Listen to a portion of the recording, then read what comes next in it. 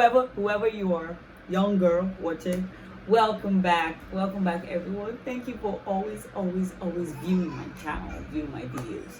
You know, this is not uncommon to hear a baby cry in this video. By now we're supposed to, you understand, we should be used to this. All right, so welcome back guys, and today I'm sure everybody's like, this colic thing, what is this colic thing? What, in fact, some people did not even know the name till they had their babies, and babies started to act up, and like, what is happening? What really is happening? Okay, so today I'm really going to help demystify the word colic. Yes, C-O-L-I-C. What is this thing? I don't even know. In fact, grandma doesn't know the name. I bet that grandma doesn't know. Or if she knows, she really doesn't really know what it's about. Yeah. So I know there's this thing, like when I had my baby, and it's normal for infants to cry. Yeah, cry a lot. They're growing, everything is all new, trying to adjust to their new system and all of that. They're growing, and baby starts to cry, and my mom is like, what are the pain? Is that thing that worries them, their stomach. You have to start giving gripe water. And I'm like, what now? Sorry ma'am, what did you say? Gripe water? Baby's not yet 1 month and we're talking about gripe water. On the particular brand I bought, I remember buying gripe water because of grandma. On the particular brand I bought, it was stated, please do not administer until baby is after 1 month. I told her, and she's like, no, you have to start giving them. In fact, you should have been giving baby since baby was like 7 days old. And I'm like, what's happening in my nation? You get, it's just a Nigerian thing. I don't blame anybody. See, I love grandma. Grandma was there for me. You get, but you know, there are some things that happen in their time that should never ever happen in your time, in our time. Please do not. Then I'm sure God overlooked the days of ignorance. But now that we know, and there's a lot of information everywhere, like this video, please, let's be guided. Okay, so yeah, people say, oh, you can administer gripe water and stuff like that, but it hasn't really proven to be a cure.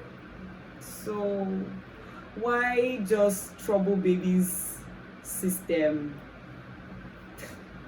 to start ingesting gripe water? Like, why trouble baby system? I know it can be really hard, because this is how it goes. Baby cries 3 hours straight, 3 times a day, 3 times a week. Like, it's the number 3 for them on this one. It's the number 3 for them. Like, it can be so exhausting. Mommy has been unable to sleep well, and all of this is happening. Baby's crying, you don't know what's wrong. You've checked diaper, you've checked everything, and yet baby, there is just no way to soothe baby, to console baby, to stop crying. And it can be really hard. So today, let's just really talk about it and see how we can help the situation, or if your baby has colic, or it's just a regular infant cry. Yeah, so I would like to read your comments also as well. If you experienced that with your baby, if you had this kind of experience with your baby, where baby was crying uncontrollably 3 times a day or even more, very often in the week, it took a while until maybe baby was 3 months, 4 months before it stopped, please, we would like to read your comments so that every other person can learn and see how you were also able to soothe baby, console baby in these times. We are so sorry that happened. So sorry that was your experience. But good thing you have a healthy baby growing strong, because there is no proof that a colic baby will not have a great life, yeah, or will not be healthy. No, it's just that phase of their lives where they just have to go through that. And I'll be telling you why that happens, symptoms. Research is still going on until how we can really combat this issue. Yeah, but at least with the little information we have now, let's see how we can help each other. Yeah? Alright, so let's get in. Quickly, what is colic? Remember, I have my book, so I'm going to look it. Okay, so what is colic? So colic is frequent, prolonged, and intense crying or fuzziness of a healthy infant, which really picks up when baby is 6 weeks old and doesn't stop till baby is about 3 to 4 months of age. You can imagine your first 3 months with a bundle of joy and baby's crying. So sorry. Okay, so now let's go. What are the symptoms? Why colic? What's happening? What should I know that, okay, this is not a problem, or it's just the colic thing that I heard about? How should I figure that out? Okay, so let's go. Intense crying that may seem more like screaming or an expression of pain. So baby cries and he takes his knees up towards its stomach, and you cry and they cry and they raise their knees up and you're like, what is happening? It might just be colic. Don't fret, mama. Hang in there. It might just be colic. 2, crying for no apparent reason. Like you have checked diaper is dry, baby is not too cold, baby is not too hot, baby is not hungry, I just breastfed. What's happening? Why is baby crying for just no reason and baby keeps crying? It might just be colic. Okay, moving on. Number 3, extreme fuzziness after crying has diminished. So even after the cry has really gone down, baby still goes, still turning around, still trying to jig it, that thing, still going, still looking uneasy. It might just be colic. That might just really point it out to you that it's colic. Okay, next, predictable timing with episodes often occurring in the evening. So yesterday, towards 6 p.m., baby cried for an hour. We tried everything and nothing happened. The next day or the other day, maybe in 2 days, it happens again. Baby is crying almost at the same time. Might just be colic. Okay, let's move on. Number 3, facial discoloring such as reddening of the face or paler skin around the mouth. Happens more with white babies because they're really white, so it will show. But for us, it might also show. You might actually see that kind of this baby is going through some kind of stress. Why red? Why turning red? It might just be colic. Another is bodily tension, such as pulled up or stiffened legs, like I said earlier, stiffened arms, clenched fists, ached back, or tensed abdomen. So you might touch your baby's abdomen in that time of crying and you see that it is so tensed, or baby acts the back. You know what it means to arch your back here, and baby is crying, showing okay, something is going on in my belly, I'm not okay.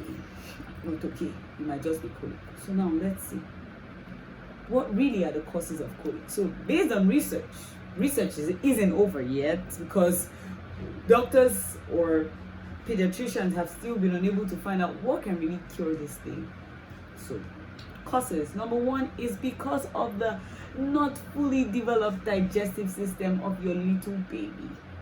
So baby's digestive system is just trying to develop, so it's as if everything is just weird in there. Another thing is when baby feeds and doesn't latch on properly, baby might take in some air. So the more air, the more gas in baby's belly, the more problems, the more crying. You get, especially babies that are bottle fed. So you must make sure if you're bottle feeding your baby that you're using the appropriate nozzle, you get, for baby's age. So if you use a too big nozzle, there might be spaces, or too small nozzle, there might be spaces at the sides that might allow baby take in air while baby is feeding, which can cause a lot of gas in baby's belly and hence the crying. Okay, we want to make sure we're preventing as much air as possible that goes into baby's mouth. Or also, baby might cry and cry and cry and swallow in a lot of air, creating even more problem because gas again has entered. How do we get it out?